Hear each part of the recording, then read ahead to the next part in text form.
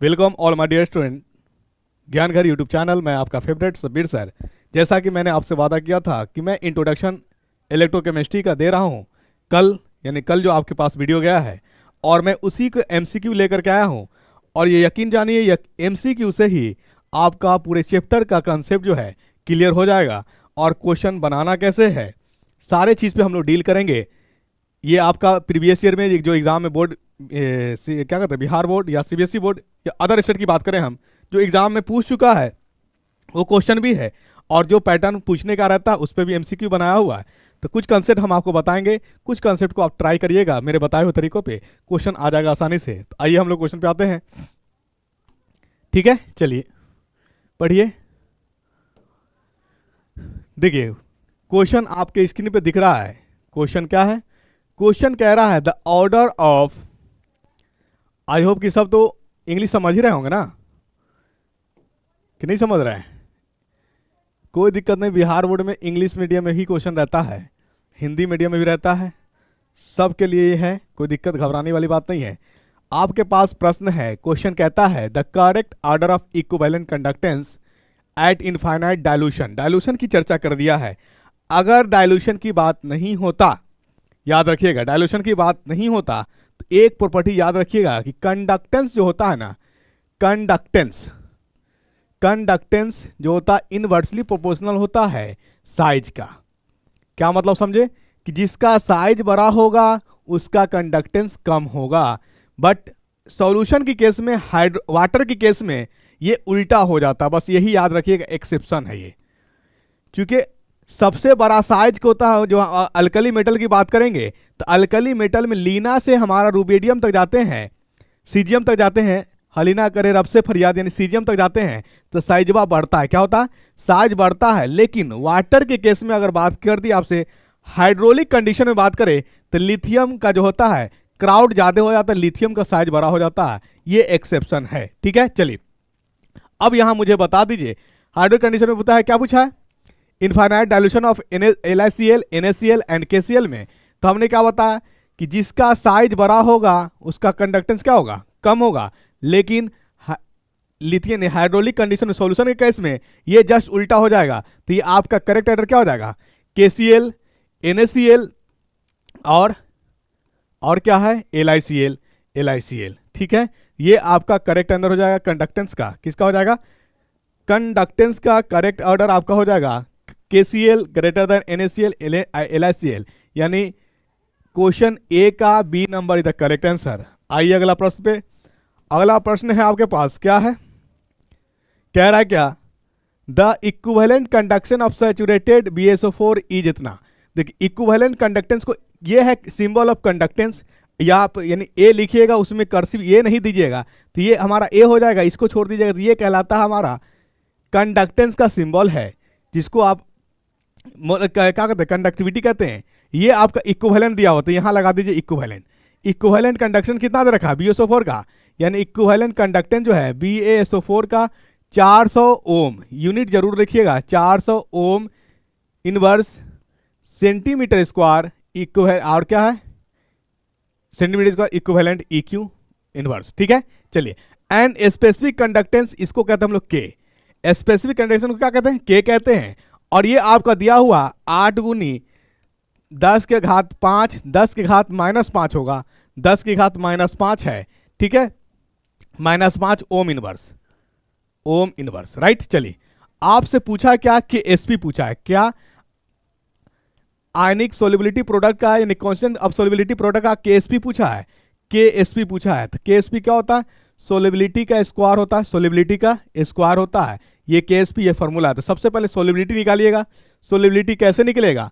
Solubility का formula होता है, लिखिएगा, सोलिबिलिटी का formula 1000 into specific conductance K by molar conductance, यहां लगा देंगे मोलर कंडक्टेंस, ये फॉर्मूला है। तो क्या आपका ये प्रश्न में मोलर कंडक्टेंस दिया है? नहीं दिया है। और आप जानते हैं कि अगर मान लीजिए मोलिकुलर मास दिया हुआ है और इक्विवेलेंट पूछेगा हमसे, तो क्या होता है? इक्विवेलेंट मास जो होता है molar mass by n factor, molar mass by n factor. और एन फैक्टर बहुत बच्चों को क्या होता है कि ये कौन सी बला का नाम हो गया, ये कोई नई बला नहीं है, ये कोई नई बला नहीं है। एन फैक्टर कैसे निकालेगा देख लीजिएगा, BaSO4 है, आपसे इसमें पूछा है कि एन फैक्टर। बहुत विद्यार्थी इसमें कंफ्यूज कर जाते हैं कि एन फैक्टर ये नई चीज आ गया, ये नई बला का नाम आ गया। तो देखिए आपको घबराना बिल्कुल नहीं है, मैं सामने में हूं, जहां आपको डाउट होगा मैं वहां आपके सामने खड़ा नजर आऊंगा। वो अलग बात है कि हम दोनों के बीच एक सेपरेशन, एक बैरियर जो है, एक मात्र वीडियो, एक स्क्रीन का बैरियर है, बस एक स्क्रीन का फासला है जो डिस्टेंस है, ठीक है। लेकिन जहां आपकी डाउट होगी मैं वहां खड़ा नजर आऊंगा। यानी why fear, I am here, डरने की क्या बात जब मैं यहां हूं। ज्ञानघर से आप जुड़े हैं, सच मानिए आपका कल्याण होगा। आइए देखिए, एन फैक्टर यानी तोड़िएगा, ये जब सॉल्यूशन में जाएगा तो टूटेगा, तो BA पर +2 टूटेगा और SO4 पर -2 टूटेगा। यही यानी कितना चार्ज में टूटा, कितना चार्ज में टूटा, प्लस और माइनस को नहीं, यानी +2 में टूटा या -2 में टूटा, यानी यही चार्ज कहलाता एन फैक्टर। क्या कहलाता? N factor. तो एन फैक्टर कितने हो गए? एन फैक्टर इक्वल टू 2 हो गए। यानी BaSO4 का एन फैक्टर कितना हो गए? 2 हो गए। यहीं पे आपके बहाने से पूछ दे NaCl का एन फैक्टर कितना होगा, तो आप बताइए Na+ और Cl- एन फैक्टर कितना? 1 हो गया, ठीक है। CaSO4 की बात कर दें तो इसमें कितना हो जाएगा एन फैक्टर? एन फैक्टर 2 हो जाएगा। आई बात समझ में? तोड़ने तो आता ही होगा, तो यानी नहीं बला कोई नहीं था। अब यहां तो आपको, हमको लगता है कि उम्मीद समझ में आ गया होगा। चलिए, तो एन फैक्टर समझ में आ गया।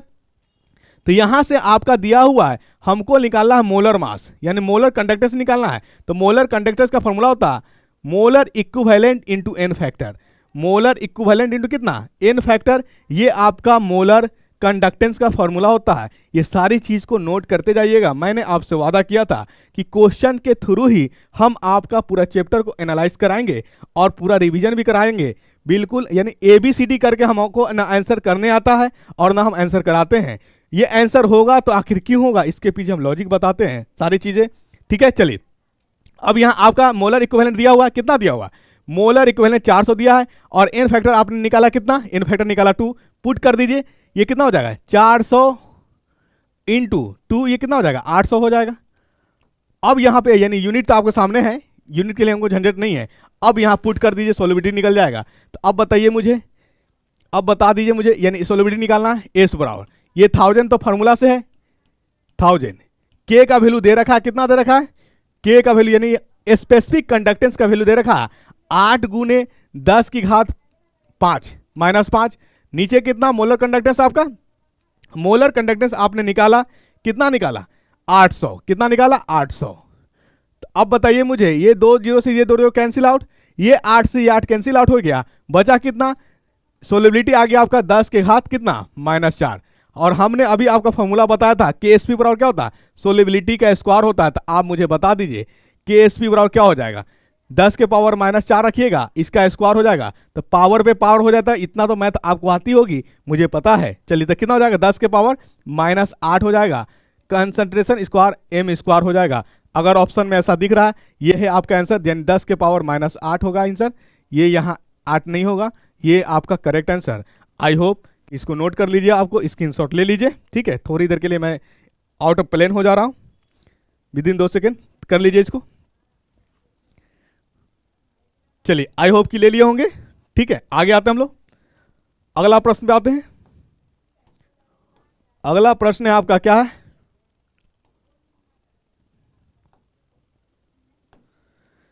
अगला प्रश्न, the equilibrium force of the cell for the cell reactive equilibrium state, यानी इक्विलिब्रियम के स्टेट में जो हमारा EMF होता है, इलेक्ट्रोमोटिव फोर्स होता है, EMF वो 0 होता है। इक्विलिब्रियम के केस में EMM जो होता है, EMF यानी इलेक्ट्रोमोटिव फोर्स जो होता है, ये 0 के बराबर होता है, 0। यानी आपका 3 का जो है करेक्ट आंसर क्या हो जाएगा? 0। चलिए, कल मैंने ये चर्चा कर दिया था, बताइए आपको क्या होना है? इक्वेशन लिखना है। तो जब भी इस तरह का इक्वेशन आपके पास है, Zn सॉलिड लिखा हुआ और ऐसे लिखा है Zn+2, Zn+2 और आगे लिख दिया क्या? Cu+2। ये लिखने का तरीका सीख लीजिए आज, ठीक है। एक्वस, हमने कहा कि जब भी प्लस होगा तो एक्वस दिया जाएगा, प्लस नहीं होगा तो सॉलिड लिखेगा। एक्वस लिखे या सॉल्यूशन लिखे, दोनों करेक्ट है, घबराएंगे नहीं। ये क्या करा, इससे आप जो है जा रहा, क्या जा रहा? कॉपर जा रहा सॉलिड में। कैसे इक्वेशन लिखेंगे देखिए। अब यहां पे इस लाइन को जो है ना, इस लाइन को रिप्रेजेंट करिए कि मैं वहां उपस्थित हूं, यानी मैं आप जो भी है, मैं इस लाइन पे मैं बैठा हूं, ठीक है। इस लाइन के इधर वाला कौन साइड होगा, इधर वाला कौन साइड होगा, बताएं मुझे। आपको दिख रहा होगा, अगर आपने इमेजिनेशन कर लिया कि इस लाइन पे हम हैं, तो आपका ये लेफ्ट साइड और ये राइट साइड, लेफ्ट साइड वाला होता है रिएक्टेंट, लेफ्ट साइड वाला क्या होता है रिएक्टेंट, राइट साइड वाला होता है प्रोडक्ट। इसका मतलब जेडन हमारा लिखाएगा किधर, रिएक्टेंट साइड, लिख लीजिए। रिएक्टेंट हमारा ये है, इससे क्या बन रहा आपका प्रोडक्ट बन रहा। रिएक्टेंट और प्रोडक्ट के बीच में एक सेपरेशन होता है, उस सेपरेशन को हम लोग एरो से रिप्रेजेंट करते हैं। किससे करते हैं, एरो से रिप्रेजेंट करते हैं, ये याद रखिएगा। जेडन से +2 बन रहा है। अब आपसे पूछा जाए क्या जेडन सॉलिड और जेडन एक्वस इक्वल है, यहां पॉजिटिव चार्ज है, यहां कुछ नहीं चार्ज है, तो उसको हम लोग बाय डिफॉल्ट जीरो मानते हैं, मतलब कोई चार्ज नहीं है उस पर, कोई चार्ज जीरो। जब कोई एलिमेंट्स याद रखिएगा, जब कोई एलिमेंट किसी से अटैच ना हो और फ्री स्टेट में हो तो उसका चार्ज हम जीरो मानते हैं। कितना मानते हैं, जीरो मानते हैं, यानी ये इसका चार्ज जीरो है। जीरो से हो गया पॉजिटिव, क्या जीरो और पॉजिटिव इक्वल है, नहीं है, तो क्या करेंगे, हमको इसको भी जीरो करना है। जो +2 है इसको भी जीरो करना है, तो जीरो कब होगा, अगर आपके पास पॉजिटिव 2 रुपीज है तो उसको हमको जीरो करना होगा, तो -2 रुपीज डालना होगा, -2 रुपये क्या करना होगा, डालना होगा, तो आपका वो पैसा जीरो में कन्वर्ट हो जाएगा। पैसा की मैं एग्जांपल इसलिए देता हूं कि लोग पैसा को ज्यादा देखते हैं, वक्त को कम देखते हैं। पैसा यानी वक्त को ज्यादा इंपॉर्टेंस देना चाहिए, पैसा को कम, लेकिन यहाँ जस्ट अपोजिट है, वक्त जाया कर देते हैं पैसा यानी देखने के चक्कर में। इसलिए आपका समय बहुत बहुमूल्य समय है। अगर वीडियो मेरा देख रहे हैं तो बिल्कुल आप ईमानदारी पूर्वक देखिए, एक एक क्वेश्चन जो मैं चैप्टर लेकर के आऊंगा उस चैप्टर से एक एक क्वेश्चन डील होगा, ये कॉन्फिडेंस के साथ मैं कह सकता हूं। और आप बना रहे हैं तो आपको ये एनालिसिस हो भी रहा होगा, बहुत जगह पढ़े होंगे, बहुत अभी तक आपको इलेक्ट्रोकेमिस्ट्री का एक चैप्टर यानी इक्वेशन क्लियर नहीं हुआ होगा, ठीक है। बहुत ऐसे बच्चे हैं जिनको ये डाउट बना रहता है, तो आई होप कि आज के लेक्चर के बाद ये डाउट क्लियर हो जाएंगे। तो अब समझ लीजिए यहाँ पे, यानी हमारा +2 है, इसको जीरो लाना है, तो क्या क्या इसमें ऐड करेंगे, ये +2 है तो हम इसमें जो है इलेक्ट्रॉन ऐड करेंगे। क्या करेंगे, कितना इलेक्ट्रॉन ऐड करेंगे, चूंकि इलेक्ट्रॉन जो होता है बाय नेचर नेगेटिव होता है और यहाँ पॉजिटिव है, इसको न्यूट्रल कर देगा, तो कितना इलेक्ट्रॉन ऐड करेंगे, तो जितना पॉजिटिव है हमारा, इधर कोई चार्ज नहीं है, जीरो लाना है, तो +2 में हम लोग 2 इलेक्ट्रॉन को ऐड कर दिए। ये आपका पहला इक्वेशन हो गया। इसको कहते हैं हम लोग हाफ सेल। क्या कहते हैं, अगर हम लोग डेनियल सेल की बात करेंगे तो डेनियल सेल में मैंने बताया था कि जिसका ऑक्सीडेशन हो रहा है वो कौन सा टर्मिनल कहलाएगा, एनोड टर्मिनल कहलाएगा। जिसका ऑक्सीडेशन हो रहा है एनोड टर्मिनल कहलाएगा, यानी ऑक्सीडेशन वाला हमेशा एनोड टर्मिनल होगा, रिडक्शन वाला हमेशा कैथोड टर्मिनल होगा। तो यहां से अब यहां पे देखिए, ये कौन साइड है आपका, ये आपका देखिए एरो के पास आप खुद रिप्रेजेंट करिए, एरो के लेफ्ट साइड वाला है रिएक्टेंट, राइट साइड वाला है प्रोडक्ट। अब लिखिए यहाँ पे कॉपर +2 है, कॉपर +2 से क्या बन रहा है आपका, कॉपर बन रहा है। अब मुझे बताइए, यहां कुछ नहीं है चार्ज, तो क्या होगा, जीरो होगा। क्या कॉपर +2 में और जीरो में क्या इक्वलिटी है, नहीं है, यह +2 है और यह जीरो है। इस +2 को आपको जीरो करना होगा, तो क्या करेंगे, 2 इलेक्ट्रॉन ऐड करेंगे। क्या करें, चूंकि +2 चार्ज है, कितना इलेक्ट्रॉन ऐड करेंगे, 2 इलेक्ट्रॉन ऐड करेंगे। चलिए, या इसने इलेक्ट्रॉन को क्या कर रहा है, गेन कर रहा है, और ये इलेक्ट्रॉन को क्या कर रहा है, लॉस कर रहा है। तो जो गेन करता है उसको हम लोग क्या कहते हैं, रिडक्शन कहते हैं। क्या कहते हैं, रिडक्शन कहते हैं। तो ये आपका क्या हो रहा है, रिडक्शन, ये आपका सेल हो गया, दिखाया गया। चलिए, अब यहां पे हमको बात करना है, ये चीज बात कहां हो रही थी, ये लिखना, इक्वेशन लिखना जो बताया गया था सेल का, ये डेनियल सेल में बताया गया था। कहां बताया गया था, डेनियल सेल। हमने टाइप्स ऑफ सेल की बात मैंने किया था, गैल्वेनिक सेल और इलेक्ट्रोलाइटिक सेल, ठीक है। गैल्वेनिक सेल में जो हमारा एनोड, ये सारी चर्चा हमने इंट्रोडक्शन में दे चुका है। वहीं पे साइंटिस्ट था, साइंटिस्ट ने एब्जॉर्ब करा, क्या एब्जॉर्ब करा कि आखिर क्या वजह है जो ऐसा हो रहा है, तो वहीं पे आया था सॉल्ट ब्रिज की कंसेप्ट। क्या आई थी, सॉल्ट ब्रिज की कंसेप्ट। चलिए, तो ये चीज इक्वेशन लिखना आप सीख गए होंगे। ये था कहां, डेनियल सेल में। क्या था, डेनियल सेल में। तो इसका आदर हमने 4 नाम बताया था। क्या नाम बताया था, कि जिसका ऑक्सीडेशन होगा वो ऑलवेज जो होगा लेफ्ट साइड होगा, जिसका रिडक्शन होगा वो ऑलवेज राइट साइड होगा। तो इसका नाम होगा ऑक्सीडेशन हाफ सेल, यानी एक ही टर्मिनल है, नहीं है, ये सिर्फ पॉजिटिव हो रहा है, और ये क्या हो रहा है, सिर्फ नेगेटिव हो रहा है। तो नेगेटिव वाला को अलग बोलेंगे और पॉजिटिव वाला को अलग बोलेंगे, क्योंकि नेगेटिव हाफ सेल अलग हो गया और पॉजिटिव हाफ सेल अलग हो गया। जब दोनों मिलेगा तो कंप्लीट सेल कहलाएगा। क्या कहलाएगा, दोनों मिलेगा तो कंप्लीट सेल कहलाएगा। राइट, समझ में आ गई बात। चलिए, अब जब बात समझ में आ गई तो ये इक्वेशन आपको समझ में आ गया होगा। तो यानी नाम हम यहाँ पे देख लेते हैं, oxidation half cell, left hand half cell यानी लेफ्ट साइड रहने वाला है, दूसरा पॉजिटिव टर्मिनल है, क्या है, पॉजिटिव टर्मिनल है, कोई दिक्कत। चलिए इसी तरह से रिडक्शन की बात कर लीजिएगा, reduction half cell right hand side में सिचुएटेड होने वाला है, ये नेगेटिव टर्मिनल है यानी कैथोड टर्मिनल है। आई बात समझ में। चलिए तो यहां तक आंसर आपका हो गया होगा। आइए अगला प्रश्न पे हम लोग आते हैं। लिखने का तरीका सीख गए होंगे। अगला प्रश्न है आपका, क्या है प्रश्न, देखिए प्रश्न कह रहा है the standard reduction potential values of elements A B C, इतना दे रखा। देखिए ए का लिख लीजिए 0.68, और आज की क्लास के बाद कोई क्वेश्चन ये इलेक्ट्रोड पोटेंशियल से पूछेगा वो आपका दिक्कत नहीं, भ्रमित नहीं करेगा। -2.50 वोल्ट और सी है आपका -0.50 वोल्ट। देखिए आपसे हमने कहा एक बात याद रखिएगा, जिसका वैल्यू मिनिमम होगा, जिसका वैल्यू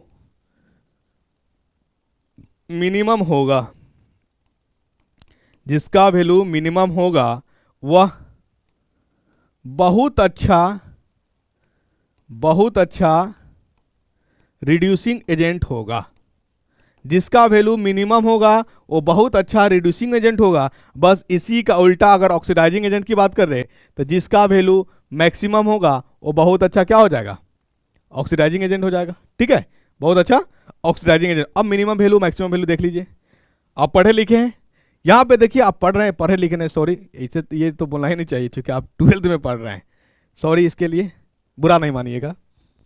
चलिए ठीक है, देखिए अगर मैं तीनों की बात करने बैठूं तो देखिए यहाँ माइनस है, इसमें भी माइनस लगाओ, इसमें भी क्या है, तो ये हमारा जो है ये मैक्सिमम वैल्यू हो गया पॉजिटिव वाला। -2 में -2 और -0.5 इस दोनों में सबसे छोटा कौन है, -2.5। हमने बताया कि जिसका वैल्यू छोटा होगा वो अच्छा रिड्यूसिंग एजेंट होगा। तीनों आपका दिख गया, ये तो मैक्सिमम वैल्यू है। ये ऑक्सीडाइजिंग एजेंट बहुत अच्छा होगा तो रिड्यूसिंग एजेंट क्या होगा, कम होगा। ठीक है, ये अच्छा ऑक्सीडाइजिंग एजेंट होगा। कैसा होगा, ऑक्सीडाइजिंग एजेंट होगा। आप देख लिए सारा चीज। अब यहां बताइए इसका वैल्यू है मिनिमम, तो सबसे अच्छा रिड्यूसिंग एजेंट का ऑर्डर हम लोग लिखने जाएंगे तो कौन होगा, बी होगा। बी के बाद कौन होगा, इसमें और इसमें बात करेंगे तो इसके बाद ये छोटा है हमारा मिनिमम वैल्यू आ रहा है, तो आपके पास सी आ जाएगा।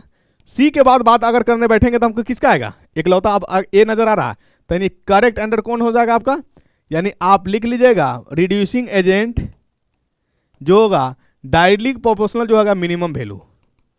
मिनिमम वैल्यू जो वोल्ट दिया हुआ मिनिमम वैल्यू, ये आपका हर एग्जाम में टकरा देगा। बोर्ड ही नहीं, नीट हो कि जेईई मेंस हो, उसमें भी ये कारगर साबित होगा। तो करेक्ट आंसर क्या हो जाएगा, BCA कहीं है क्या, हाँ आपका दिख रहा है 5 में, क्वेश्चन नंबर 5 में D number is the correct answer.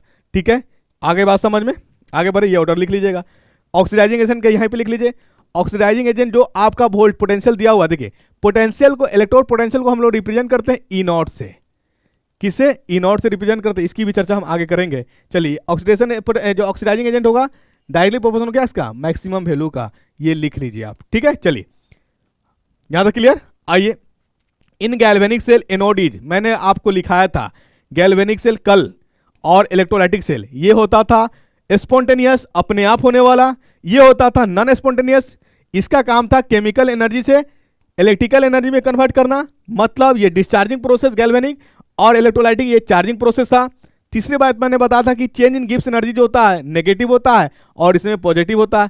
चौथी बात मैंने बताया था, और खास करके मैंने बोला था याद रखने के लिए, कि गैल्वेनिक सेल में एनोड जो होता है वो नेगेटिव होता है और कैथोड जो होता है कैथोड वो पॉजिटिव होता है। ये आपको सिर्फ इसके केस में मैंने बोला था याद रखने के लिए, बस वही क्वेश्चन आपका है। और ये बोर्ड में पूछा हुआ क्वेश्चन, आप क्वेश्चन बैंक प्रैक्टिस कर रहे होंगे तो आपको पता होगा कि किस एग्जाम में पूछा और किस वर्ष पूछा है। मैं वो सारी चीजें बताने के लिए नहीं बैठा हूं, मैं तो सिर्फ कंसेप्ट बताने पे विश्वास रखता हूं। अगर आप यानी चिल्ला, देखिए औरों की तरह मैं चिल्ला चोट नहीं कर सकता, मैं बिल्कुल कंसेप्ट समझाने पे विश्वास रखता हूं और आपका एग्जाम में क्वेश्चन बनने से मतलब है। देखिए मैं अभी अब समझा रहा हूं आपको और आपको समझ में आ रहा, ये हमारी काबिलियत है। आपकी काबिलियत तब मानी जाएगी जब आपका क्वेश्चन एग्जाम में आए और आप वहां सही करके आओ। अभी हम समझा रहे हैं और समझ रहे हो तो ये बहुत बड़ा तुरंत नहीं, ये हमारी काबिलियत है कि जो मैंने आपको समझा दिया आपका सही तब माना जाएगा जब एग्जाम में क्वेश्चन आए और वहां करेक्ट करके आइए, तो आपकी काबिलियत मानी जाएगी। राइट, चलिए तो ये आंसर क्या हो जाएगा, गैल्वेनिक सेल में जो एनोड होता है वो नेगेटिव टर्मिनल होता, वही कैथोड की चर्चा कर देता तो कैथोड हो जाता हमारा पॉजिटिव टर्मिनल। राइट, चलिए आइए अगला प्रश्न में हम लोग आते हैं। The cell use in Apollo mission, Apollo mission जो यूज किया जाता वैकॉन सेल को किया जाता, किसको किया जाता? वैकॉन सेल अपोलो मिशन, इसमें जो होता है यूज किया जाता हाइड्रोजन और ऑक्सीजन, यानी सेकेंडरी सेल की बात करता है। बाकी जो भी दिया हुआ है ये सब प्राइमरी सेल है आपका, क्या है ये प्राइमरी सेल। अपोलो मिशन जो है ये सेकेंडरी सेल की बात करता है, जिसमें हाइड्रोजन और ऑक्सीजन फील किए जाते हैं इलेक्ट्रोलाइटिक के रूप में। आई बात समझ में? चलिए अगला प्रश्न हम लोग बात कर लेते हैं। अगला प्रश्न है, the fuel is in the cell use in Apollo mission was, Apollo mission अभी बताया मैंने, हाइड्रोजन और ऑक्सीजन यूज किए जाते हैं अपोलो मिशन के लिए। कौन सा? हाइड्रोजन और oxygen, is the correct answer. आइए अगला प्रश्न पे। अगला प्रश्न है, the fuels are prefer to other energy producing devices in spaces because of, देखिए जो हमारे पास फ्यूल है ना, जो एनर्जी इसका मुख्यतः बातें हैं, हाई एफिशिएंसी तो होता है, ये भी सही है, ये लेस पॉल्यूशन भी करता है, लेस पॉल्यूशन भी करता है, लेस पॉल्यूशन भी है, और लेस वेट भी, वजन भी। इसका आंसर क्या हो जाएगा? All of these. लेकिन अगर आप बिहार बोर्ड के एग्जाम देने जाइएगा तो तीनों में जो मोर कारगर है, मोर कारगर जो आंसर है इसका क्या है? हाई एफिशिएंसी करेक्ट मारेगा बिहार बोर्ड में। आंसर इसका तरीका से अगर पूछा जाए तो आंसर इसका तरीका से ऑल ऑफ दीज आना चाहिए। क्या आना चाहिए? तरीका से आंसर क्या होगा? All of these the correct answer. आई बात समझ में? चलिए अगला बात कर लेते हैं हम लोग। The main factor which affect corrosion is, corrosion के लिए मेन फैक्टर क्या है? तो करोजन के लिए position of metal in electrochemical series, ये भी सही है। Presence of carbon dioxide in water, ये भी बिल्कुल सही है। प्रेजेंस ऑफ इम्प्योरिटीज, यानी ये भी सही है, यानी ए बी सी तीनों सही है। Presence of protecting coating layer, coating layer से कोरोजन नहीं होगा, ये आपका नहीं जा रहा, लेकिन तीनों सही है। लेकिन आप अगर बिहार बोर्ड में एग्जाम देने जा रहे हैं आप, और बिहार बोर्ड की बात करेंगे तो बिहार बोर्ड सबसे ज्यादा सुपीरियर आंसर मानेगा किसको? Presence of CO2 in water को। ये मैं हिंट करते चला जा रहा, अगर ऑल ऑफ दीज का ऑप्शन है तो मारिएगा, अगर नहीं है तीनों में तो तीनों में जो सुपीरियर आंसर कौन है? Presence of carbon dioxide in water, इसको बिहार बोर्ड करेक्ट मानेगी। राइट, चलिए आइए अगला प्रश्न में बात कर लेते हम लोग। Which of the following is a secondary cell, secondary cell कौन कौन है? देखिए सेकेंडरी सेल हमारा लेड स्टोरेज, देखिए सेकेंडरी सेल कहते किसको है? सेकेंडरी सेल का मतलब ही होता है, सीधा साधा मतलब ये याद रखिए कि जिसको हम चार्ज कर सकते हैं, यानी जिसको लिको, यानी एक बार यूज किया और फेंक दिए, वो हमारा कहलाएगा प्राइमरी सेल। सेकेंडरी सेल जो रिचार्जेबल हो, जिसको हम रिचार्ज कर सकते हैं, ठीक है, रिचार्ज यानी चार्जिंग और डिस्चार्जिंग का कंसेप्ट जिसमें आता हो, वो हमारा सेकेंडरी है। और उसके लिए याद रखिएगा कैडमियम और मरकरी जो होता है वो मुख्यतः खास करके यूज किए जाते हैं। तो हमारे पास लेड स्टोरेज बैटरी और कंसंट्रेशन सेल, आपने देखा होगा जो बैटरी होता है आप तेजाब वगैरह डालते हैं, तो ये भी हमारा सेकेंडरी सेल का काम है। जिस तरह इन्वर्टर वगैरह लगा होगा उसमें अब पानी, अब तो तेजाब नहीं, अब पानी यानी क्या कहते हैं उसको, डिस्टिल वाटर फिल किए जाते हैं, ठीक है। तो यानी आपका जो है secondary cell lead storage battery और कंसंट्रेशन दोनों है, और लेकनेच जो सेल है ये प्राइमरी सेल है, ये सेकेंडरी सेल नहीं है। लेकिन फिर भी मैं आपको हिंट्स कर रहा हूं, अगर बिहार बोर्ड में का एग्जाम दे रहे हैं आप, तो आप कितनों गीत गाइएगा नहीं सुनेगा, बिहार बोर्ड वाला ने यानी लेकनेच सेल जो है इसको भी सेकेंडरी में ले लिया है, बल्कि ये सेकेंडरी में कहीं नहीं है, किसी बुक में नहीं है, बुक में यानी प्राइमरी ही है, इसका प्रॉपर्टीज है, क्योंकि ये रिचार्ज नहीं किए जाते हैं, एक बार यूज कीजिए और फेंक दीजिए। जी सर, एवरेडी आप पेंसिल बैटरी आप यूज करते होंगे, ठीक है ना, तो वो चीजें हैं। आई बात समझ में? चलिए तो आंसर क्या हो जाएगा इसका, लेड स्टोरेज बैटरी और कंसंट्रेशन ऑफ सेल, ये दोनों सेकेंडरी है। बट बिहार बोर्ड की बात करिएगा तो इसको भी सेकेंडरी में ले लिया है, तो उसके बिहार बोर्ड के हिसाब से ऑल ऑफ दी आंसर होगा। सीबीएसई के हिसाब से आपका क्या होगा, लेड स्टोरेज बैटरी और ये होगा, तो ये दो सीबीएसई लिखेगा इसका आंसर, यानी both A and B, both B and C, इस तरह से लिखेगा, ठीक है। चलिए आइए अगला प्रश्न हम लोग आते हैं। What happens when a lead storage battery is charge, जब क्या होगा जब लेड स्टोरेज बैटरी को हम लोग चार्ज करेंगे तो ये सल्फ्यूरिक एसिड रीजनरेट करेगा। क्या करेगा? Sulphuric acid. इसमें कुछ ज़्यादा लंबा चौड़ा सोचने की जरूरत नहीं है, बस एक याद रखने की है, लेड स्टोरेज बैटरी को जब हम चार्ज करेंगे तो ये सल्फ्यूरिक एसिड रीजनरेट कर जाएगा। आइए अगला प्रश्न की बात करते हैं हम लोग।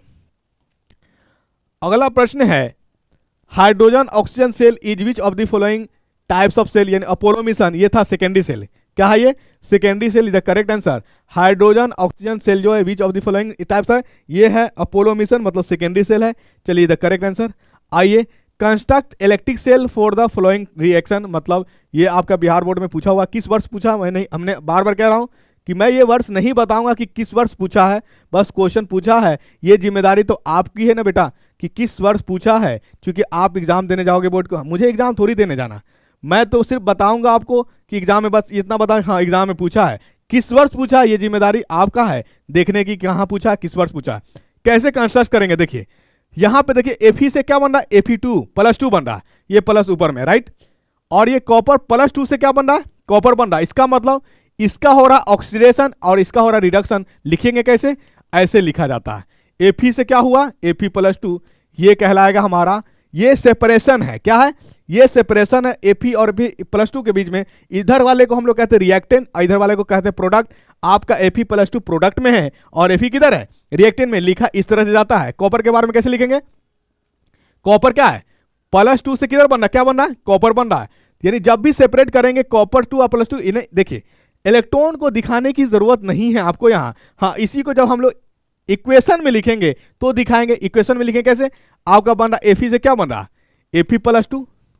तो क्या Fe और Fe+2 बराबर है, नहीं। इधर इलेक्ट्रॉन ऐड करेंगे, कितना इलेक्ट्रॉन ऐड करेंगे, कितना प्लस चार्ज है, +2 चार्ज है, तो 2 इलेक्ट्रॉन ऐड कर देंगे। ये हमारा इक्वेशन में रिप्रेजेंट हो गया। लेकिन सेल में जब बताएंगे तो सेल का रिप्रेजेंटेशन इस तरह से है, और ये कंप्लीट सेल हो गया। जब कंप्लीट सेल हो जाएगा तो इस तरह से एरो हो जाएगा, और इस सेल को हम लोग कहते हैं, this is the symbol of salt bridge, this is the symbol of salt bridge. इसको कहते हैं हाफ सेल, इसको भी हाफ सेल। दो हाफ सेल मिला तो एक बना कंप्लीट सेल। और कंप्लीट सेल का जो पोटेंशियल होगा, यानी ई पोटेंशियल कंप्लीट सेल का, E potential of cathode minus E potential of anode, ये याद रख, फॉर्मूला लिख लीजिएगा। यानी कंप्लीट सेल का जो पोटेंशियल, देखिए पोटेंशियल कोई चीज का जो अपना वही क्या कहते हैं, वर्क करने की जो टेंडेंसीज होती है, कैपेसिटी होती है, उसी को हम लोग कहते हैं पोटेंशियल।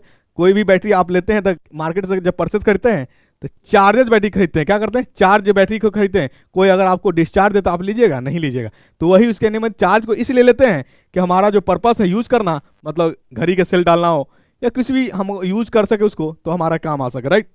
चलिए ठीक है, तो आई होप कि यहां तक समझ में आया होगा आपका। ये कंस्ट्रक्ट हो गया, क्या हो गया कंस्ट्रक्ट, इसका कर लीजिए। यानी Fe से क्या बना बताइए, Fe से बना Fe+2, दिस द कंस्ट्रक्ट। और क्या बना, दो लाइन कंप्लीट सेल हो रहा है। कॉपर +2 से क्या बन रहा है, बन रहा Cu। जब एक एलिमेंट के बीच में चार्ज आएगा सेपरेशन, दो हाफ सेल मिल गया हमारा, तो दोनों के बीच एक इधर के लिए और एक इधर, दो, ये कंप्लीट, दो लाइन बता दिया। इसका मतलब है कि कंप्लीट की बात कर रहा है। तो ये हमारा कंस्ट्रक्ट हो गया। चलिए इसको बोलेंगे ऑक्सी हाफ सेल, इसको बोलेंगे रिडक्शन हाफ सेल। ये है एनोड, ये है कैथोड, ये हमारा लेफ्ट हैंड साइड, ये हमारा राइट हैंड साइड। जो चाहे आप नाम लिख सकते हैं, आप स्वतंत्र है इस चीज के लिए। चलिए इसका जो है आप कंस्ट्रक्ट करके हमको बताइएगा, कमेंट करके जरूर, ताकि मुझे पता चल जाए कि आप कितने सीरियस ले रहे हो इस वीडियो को, ठीक है। यानी बी नंबर आप का जो है कमेंट में, और मेरा व्हाट्सअप वगैरह भी उस पर दिया हुआ ज्ञानघर का, ठीक है। व्हाट्सअप नंबर कितना है बाबू, चलिए कमेंट करके जो आप बताइएगा इसमें, उसी पे नंबर में है ज्ञानघर का नंबर, देख लीजिए, उसमें कमेंट भी कर लीजिए या व्हाट्सअप, जो भी क्वेश्चन आपका हो, ठीक है ना, व्हाट्सअप कर लीजिएगा। जब टीम के पास समय होगी तो हम देख लेंगे उसको, और देखने के बाद हम आपको आंसर करेंगे, बता देंगे सारा चीज़ के, जो भी क्वेश्चन आपको पूछना है, ठीक है। इस पर कर दीजिए, व्हाट्सअप कर दीजिएगा, कमेंट करके मुझे जरूर इसका आंसर करिएगा। अगर आप सीरियसली है, सीरियस तो होना पड़ेगा बेटा, अगर आप अच्छा नंबर लाना चाहते हो तो, ठीक है। नहीं सीरियस होना चाहते हो तो फिर हर कोई सब्जी बेच रहा है, मतलब सॉरी सब्जी कह रहे, सब्जी बेच रहा है, अरे हर कोई मोबाइल में बिजी है, तो आप भी मोबाइल में बिजी रहिए। इंस्टाग्राम चलाइए, वीचैट चलाइए, व्हाट्सअप चलाइए, मैच देखिए, ठीक है ना, मैच पे लगाइए सट्टा। ड्रीम 11 तो दे रहा पैसा, जितना पैसा लूटना लूट लीजिए, या भविष्य तबाह करके ड्रीम 11 से पैसा कमाइए। भविष्य तबाह करके 10 रुपया मिलेगा, 10 घंटा तबाह होइएगा। तो अब बताइए पैसा ज़्यादा था कि 10 घंटा ज़्यादा था। उस 10 घंटा में कम से कम अरे कुछ पोथी का किताब भी पढ़ लेते, धार्मिक बुक भी पढ़ लेते, तो कम से कम उससे नॉलेज हो जाता। या इस मतलब क्या ड्रामा करने में लगे हो, 10 रुपया कमाने के चक्कर में 10 घंटा को बर्बाद कर रहे हैं। आपका टाइम बहुत बहुमूल्य टाइम है। मैं इसलिए ऐसा बता रहा हूँ क्योंकि आप मेरा वीडियो देख रहे हैं, नहीं तो हमको क्या पड़ी है। जब आप वीडियो देख रहे हैं तो हम सही बात, हम तो प्रयास करेंगे ना कि सही चीज़ें आप में जाए। चलिए आ जाइए हम लोग बात कर ले। तो ये आप मुझे कमेंट करके जरूर आंसर करिएगा। आइए अगला प्रश्न पे आते हैं हम लोग। अगला प्रश्न है आपके पास, देखिए क्या प्रश्न है, the standard electrode potential values. देखिए दे दिया, एल्युमिनियम से एल जा रहा है, L+3 से कहाँ जा रहा है, एल जा रहा है। इसका वैल्यू दे रहे, पहला वैल्यू जो होगा इसी का होगा, यहां दिया है कितना, -1.66 वोल्ट, ठीक है। चलिए दूसरा क्या है, Ag+ लिख लीजिए सब, यानी देखिए प्लस से 0 हो रहा है, मतलब सबका रिडक्शन हो रहा है। यहाँ भी प्लस से जीरो और रिडक्शन, इसका भी प्लस से जीरो और रिडक्शन, ये क्रोमियम है, CRE है। चलिए इसका यानी कितना दे, Ag प्लस से Ag कितना दिया वैल्यू, सेकेंड नंबर वाला जो, हाँ 0.80 वोल्ट है, ठीक है। चलिए तीसरा क्या है, तीसरा आपका K प्लस से ऑब्लिक K जा रहा है, इसका वैल्यू आपका दे रखा -2.93 वोल्ट, ठीक है। चलिए चौथा वैल्यू जो है आपका क्या है, Cr प्लस 3 से Cr है, और इसका वैल्यू दे दिया आपका कितना, -0.74 वोल्ट। हमने अभी बताया कि बेटा कुछ नहीं करना है, आपसे पूछेगा क्या रहा, ऑक्सीडाइजिंग एजेंट पूछ रहा है या रिड्यूसिंग एजेंट, रिड्यूसिंग एजेंट पूछ रहा है, तो आपको मैंने कहा रिड्यूसिंग एजेंट प्रोपोर्शनल है मिनिमम वैल्यू के, किसके, मिनिमम वैल्यू के, और मिनिमम मैक्सिमम।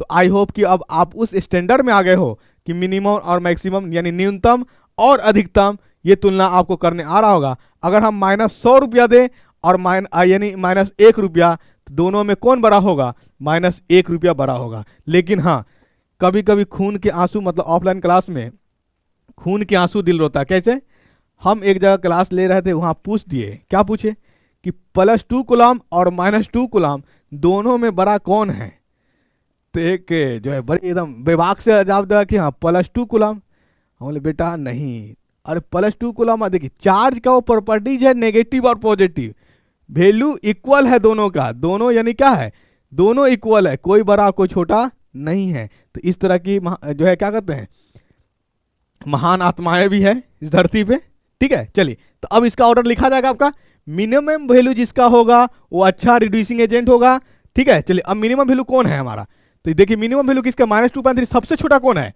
सबसे छोटा -2.93 है, किसका है, पोटेशियम का।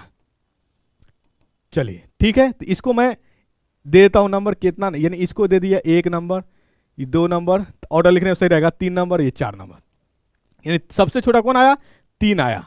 उसके बाद कौन है, देखिए -0.74 है और ये -1. ये नहीं Cr प्लस में, और इसकी बात करेंगे तो Al सबसे छोटा यानी 1 नंबर आएगा, 3 के बाद कौन आएगा, 1 नंबर आएगा। मिनिमम वैल्यू अच्छा रिड्यूसिंग एजेंट।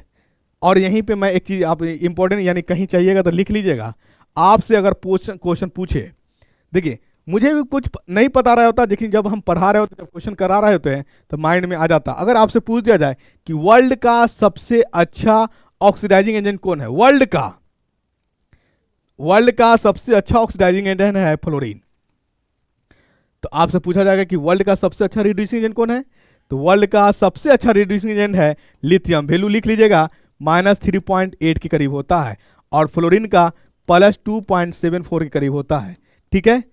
ये याद रखिएगा, वर्ल्ड का यानी पूरे वर्ल्ड का सबसे अच्छा रिड्यूसिंग एजेंट आपका है तो लिथियम, और सबसे अच्छा ऑक्सीडाइजिंग एजेंट है तो आपका है फ्लोरीन। ये जेईई मेंस में 1 बार नहीं 2 बार नहीं कई बार पूछ चुका है, और मैं बता दिया नहीं डायरेक्ट। देखिए जेईई मेंस थोड़ी क्या होती है ना, थोड़ा लेकिन आपका कंसेप्ट चेक करती है, यानी जेईई मेंस ऐसा नहीं है कि हमसे नहीं निकलेगा, या जेईई मेंस या एडवांस तो ऐसा क्वेश्चन पूछेगा जो हमसे बने, जब आपसे बने ही नहीं बेटा तो फिर वो क्वेश्चन पूछेगा क्यों, आपसे नहीं बनने के लिए क्वेश्चन थोड़ी पूछा है, वो तो सिर्फ आपके दिमाग का IQ चेक करता है कि आप कहाँ तक क्या सोच पा रहे हो, ठीक है ना। तो ये भरम में मत पालिए, जितना आप पढ़ रहे हैं वो सफिशियंट है, उसी से क्वेश्चन बन जाएगा। हाँ बट ये देखा जा रहा है कि आपने कितने सीरियस होकर के, कितने श्रद्धा के साथ देखे हो, कितने श्रद्धा के साथ पढ़े हो, ये आप पे निर्भर कर रहा है।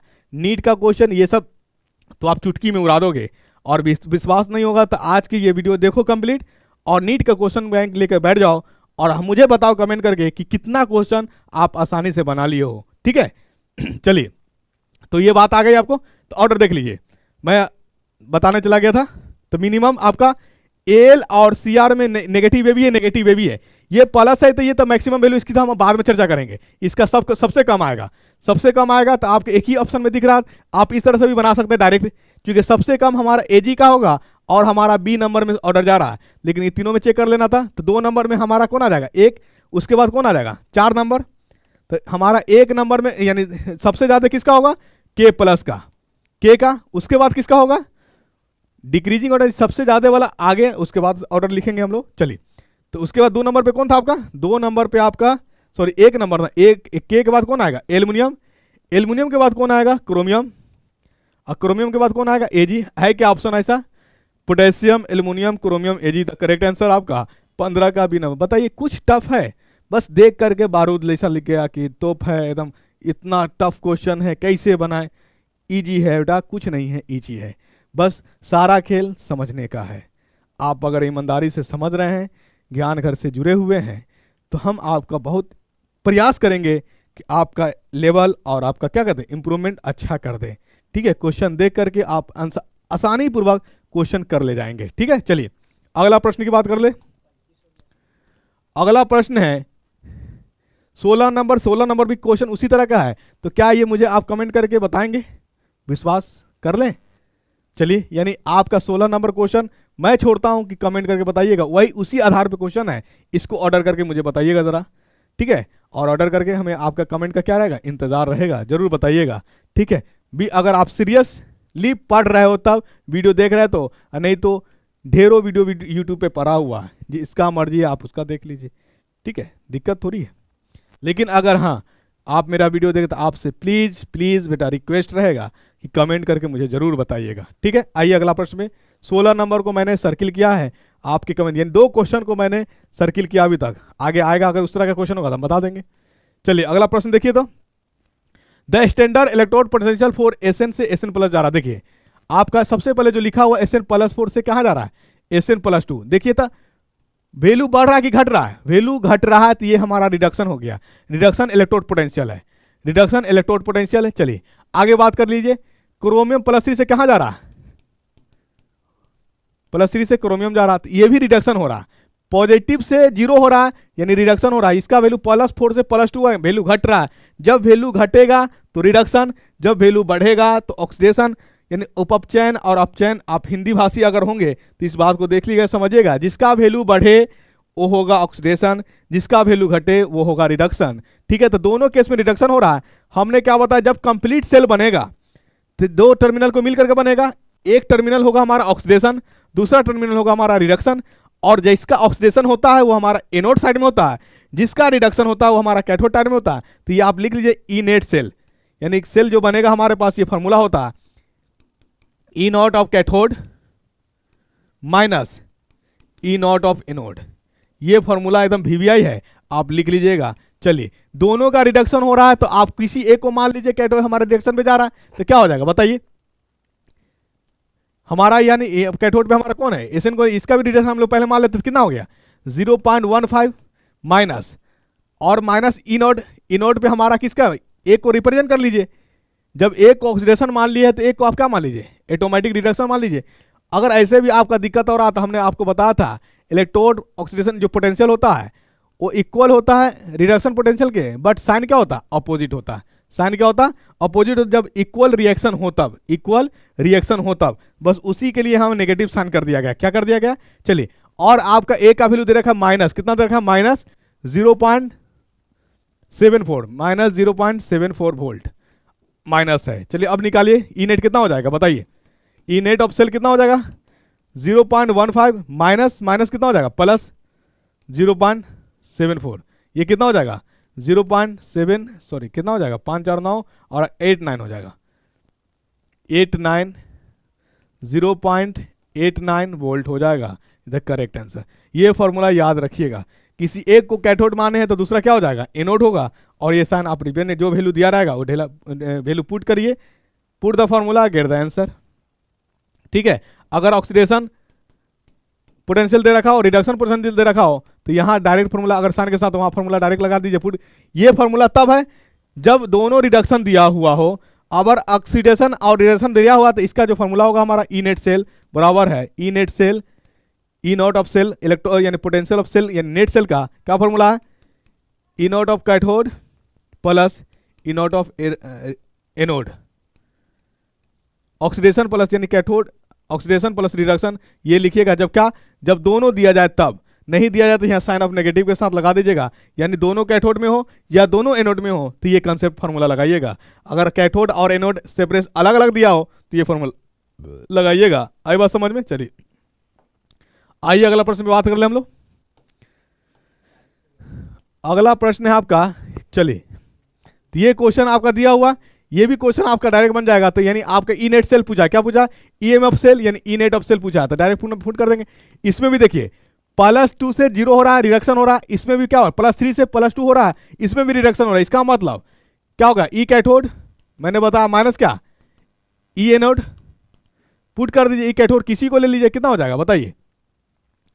हमारे पास एक नेगेटिव है तो हमारा क्या 0.771 वोल्ट, और कितना हो जाएगा माइनस, और एक को क्या कर दिए माइनस 0.44 वोल्ट, इसको ऐड करिए कितने, सॉरी कितना हो जाएगा 0.771, अब प्लस कितना 0.441 ऐड करिएगा तो कितना हो जाएगा 1.212 वोल्ट हो जाएगा। इधर करेक्ट आंसर आपका डी नंबर इधर करेक्ट आंसर। चलिए ठीक है, आइए अगला प्रश्न पे।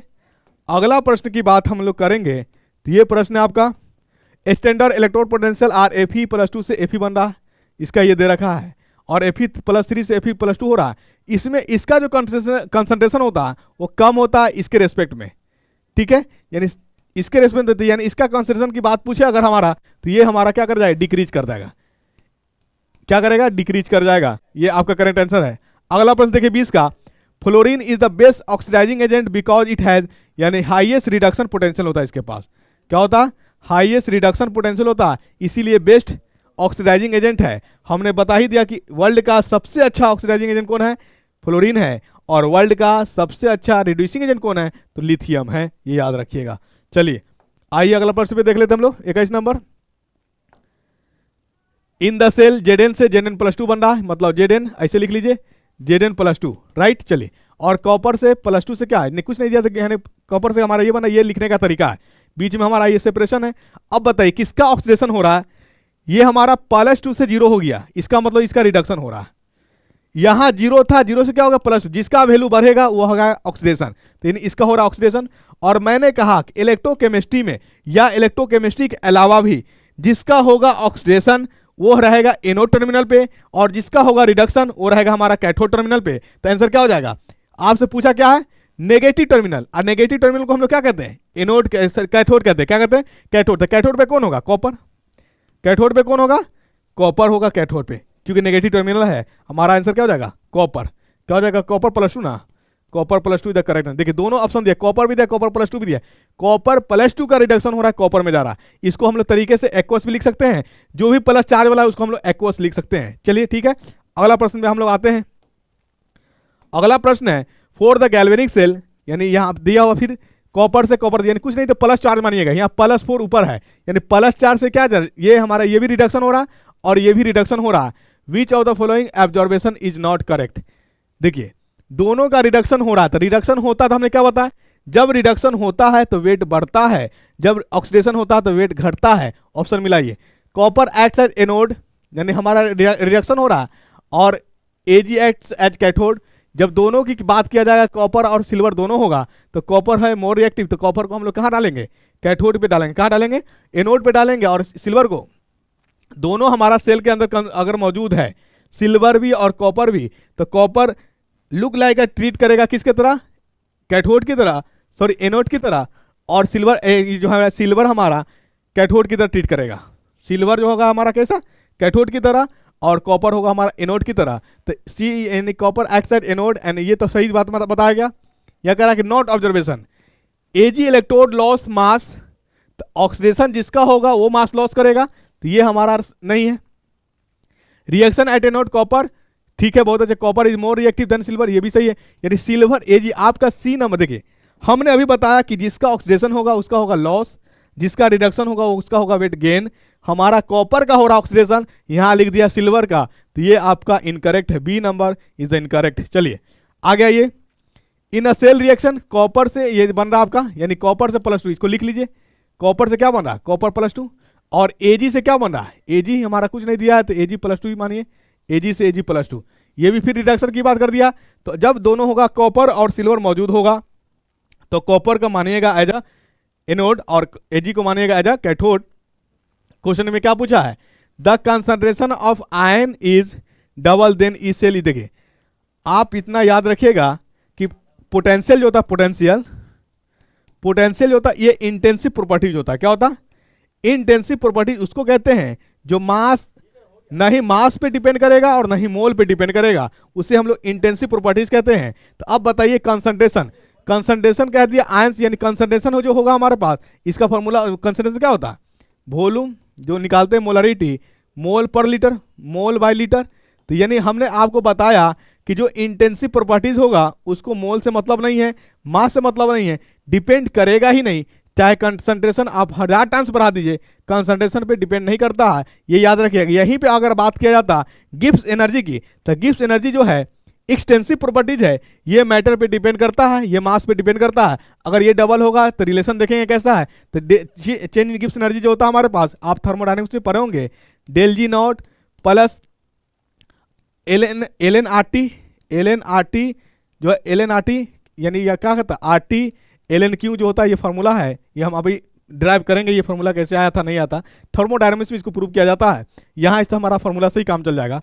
चलिए हम चर्चा कर रहे थे कि हमारा चेंज इन गिब्स एनर्जी जो है ये एक्सटेंसिव प्रॉपर्टीज है, इसको मैटर और मास से मतलब होता है, मास बढ़ेगा तो ये भी बढ़ेगा, बट पोटेंशियल जो है हमारे पास इंटेंसिव प्रॉपर्टीज है और इसको मोल और मास से मतलब नहीं है। अगर आपको मैं ये तो एक सीधा साधा एग्जांपल है, आप देखेंगे एक पेंसिल बैटरी जो होता है 1.5 वोल्ट का, और एक जब लगेगा क्या किसको लेके आइएगा, एक एवरेडी का बड़ा बैटरी होता है उसमें भी 1.5 वोल्ट का होता है। देखिए दोनों का अगर मास की तुलना कीजिएगा तो छोटा में मास कम है, बड़ा में मास कम है, लेकिन दोनों का वोल्ट कितना है, पोटेंशियल कितना है, सेम है। इससे ये पता चला कि मास पे वेरी डिपेंड नहीं करता है, मास पे डिपेंड नहीं करता, यानी इंटेंसिव समझ लीजिए कि जो मास पे डिपेंड नहीं करेगा वो इंटेंसिव, जो मास पे डिपेंड करेगा वो एक्सटेंसिव। तो यानी हमारा कॉन्सेंट्रेशन में कोई क्या कहते हैं ये चेंज कर डिपेंड कर ही नहीं रहा है, क्योंकि पोटेंशियल जो हमारा इंटेंसिव प्रॉपर्टीज है, इसलिए इसका आंसर क्या हो जाएगा, अनचेंज हो जाएगा। आई बात समझ में। चलिए अगला प्रश्न की हम लोग बात कर ले। अगला प्रश्न है आपके पास, देखिए the most important question, BBI questions. BBI question कैसे लिखेंगे, देखिए लिखा कैसे लिखा जाएगा, देखिए लिखने का तरीका है कैसे लिखिएगा। तो एक को आप कैथोड के रूप में, एनोड के रूप में मानिए, एक को कैथोड के रूप में मानिए, तो आप इसको ले लिए तरीका से 2i से लेकर के क्या बना लें, i2 जा रहा है, लिखा जा सकता है, और उसके बाद क्या लिखिएगा, Br2 से 2Br माइनस जा रहा है, ठीक है। आयोडीन और ब्रोमीन जहां हो जाए तो आयोडीन को एज ए यूज करेंगे हम लोग ऑक्सीडेशन के रूप में, क्योंकि देखिए आयोडीन का साइज है बड़ा ब्रोमीन के रेस्पेक्ट में, और ये क्या करेगा, ये ऑक्सीडेशन जैसा ट्रीट करेगा और ब्रोमीन रिडक्शन जैसा ट्रीट करेगा। तो लिखा कैसे जा सकता है इसको, ये रहेगा हमारा रिएक्टेंट साइड, ये रहेगा हमारा प्रोडक्ट साइड। देखिए I2 माइनस ये रिएक्टेंट साइड है, I2 हमारा जो है प्रोडक्ट साइड है, बहुत अच्छा। Br2 हमारा रिएक्टेंट साइड होना चाहिए, Br2 रिएक्शन है, 2Br माइनस हमारा प्रोडक्ट साइड में है, तो ये आपका करेक्ट आंसर हो जाएगा। क्योंकि दोनों माइनस वाला एक तरफ नहीं होगा, आप ऐसे भी काटेंगे, दोनों माइनस वाला एक तरफ नहीं होगा।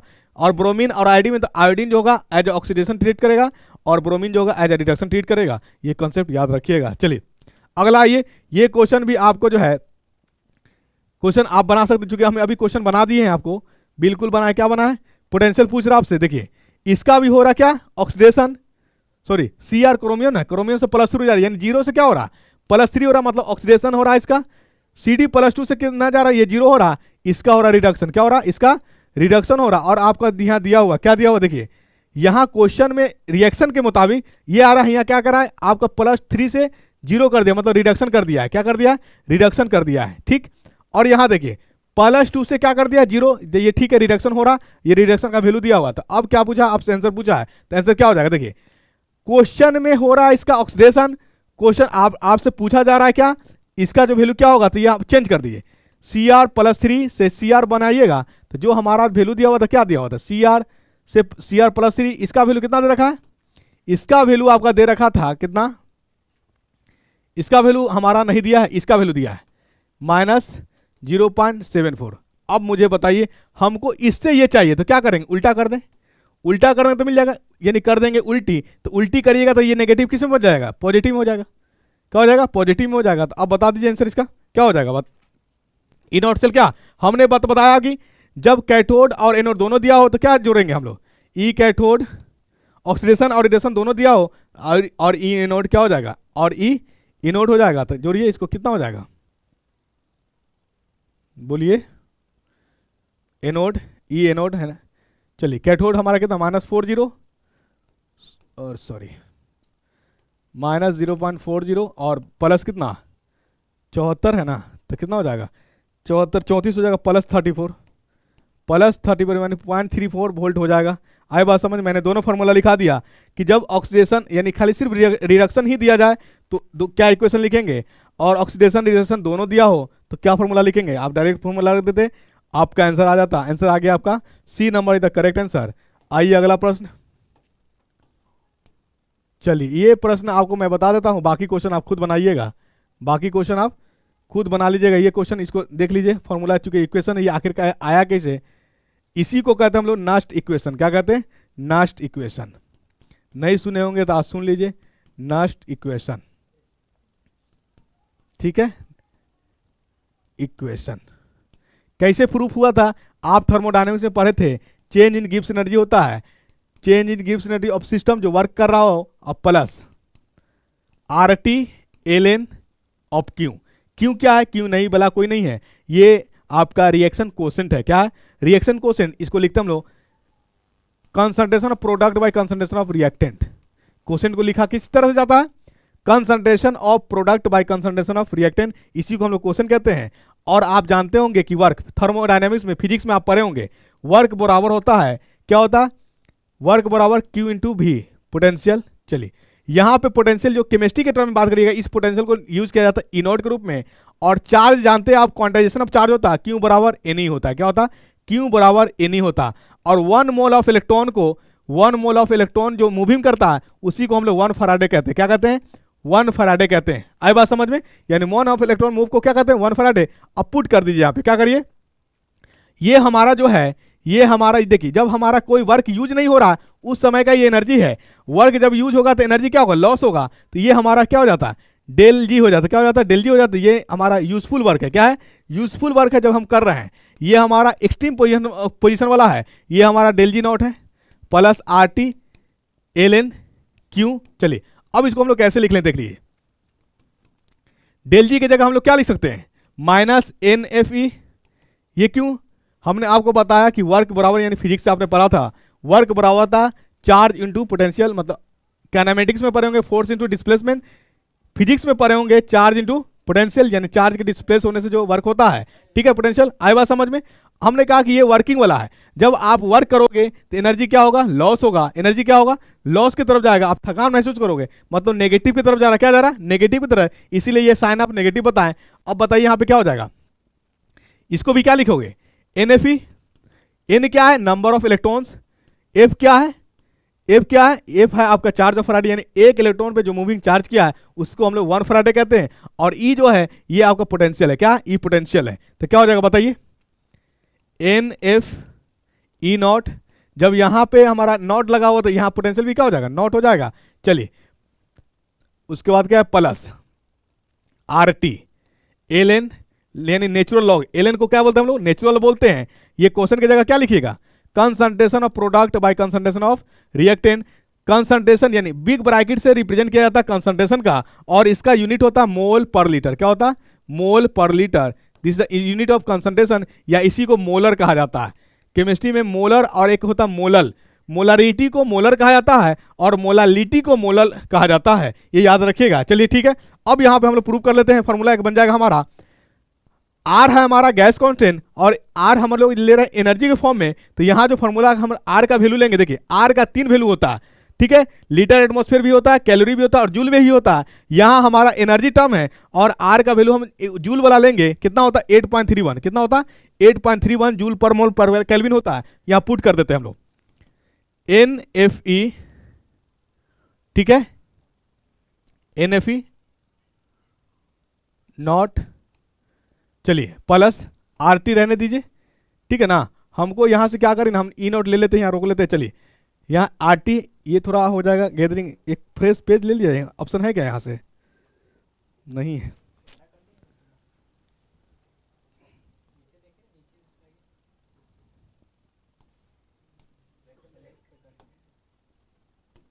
मिट जाएगा पूरा। कहाँ अंडो? कुछ नहीं। चलिए कोई नहीं, अब देख लीजिए, यहीं से फॉर्मूला बना लेते हैं। यहीं से फॉर्मूला ले लीजिए, माइनस एन एफ ई बराबर होता है N F E naught plus R T L N. तो आप ये कीजिएगा, चूंकि इसमें आया नहीं ऑप्शन, सारा सब इरेज हो गया। तो अब क्या करेंगे, हम यहाँ से ई रोक लेंगे। ई रोक लीजिएगा तो क्या हो जाएगा, यानी ये पूरे के नीचे आ जाएगा। ले लीजिए, हमारा एलसीएम हमारा जो वही चिन्ह आएगा, माइनस एन एफ नीचे आ जाएगा और ये क्या हो जाएगा? एन एफ ई नॉट और प्लस क्या हो जाएगा, देखिए एल एन को जब लॉग में कन्वर्ट करेंगे ना, एल एन को जब लॉग में कन्वर्ट करेंगे हमारा, तो एल एन जो होता है, एल एन को जब लॉग में कन्वर्ट करते हैं 2.303 आता है।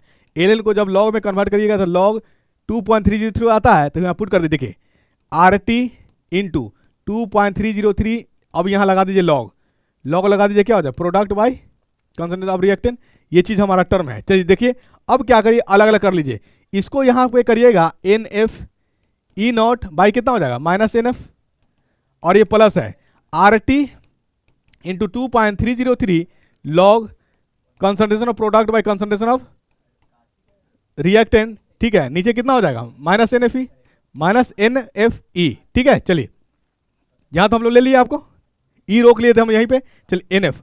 अब यहां पे मुझे बताइए, देखिए इसको काटिएगा तो क्या हो जाएगा, ये एन एफ कैंसिल आउट हो जाएगा, क्या हो जाएगा, कैंसिल आउट हो जाएगा, आई बात समझ में। चलिए यहां कितना हो जाएगा तो बताइए, माइनस ई नॉट, और ये माइनस यहां चला जाएगा तो क्या हो जाएगा, माइनस आर टी,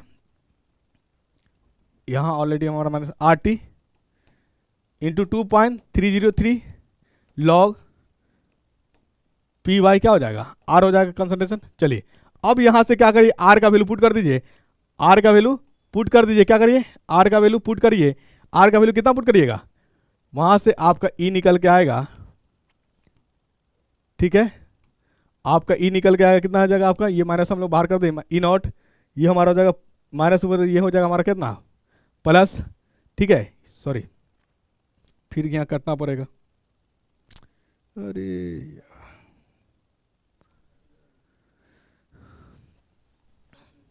चलिए ई नॉट कितना हो जाएगा, E naught E sorry E, minus यहाँ लगा, आर का वैल्यू कितना लीजिएगा, 8.31 इंटू टी, देखिए 25 डिग्री सेल्सियस दिया हुआ, इसको कैल्विन में लीजिएगा तो 298 कैल्विन हो जाएगा, तो 298, ठीक है, आर टी हो गया आपका लॉग, लॉग 2.303 लॉग क्या हो जाएगा, product by reactant, product by reactant, नीचे देखिए एन हमारा तो एन ही रह जाएगा, एफ, एफ जो होता है 1 फैराड जो होता है 9 यानी 96,500 गुलाम के बराबर, कितना होता है, 96,500 गुलाम होता है।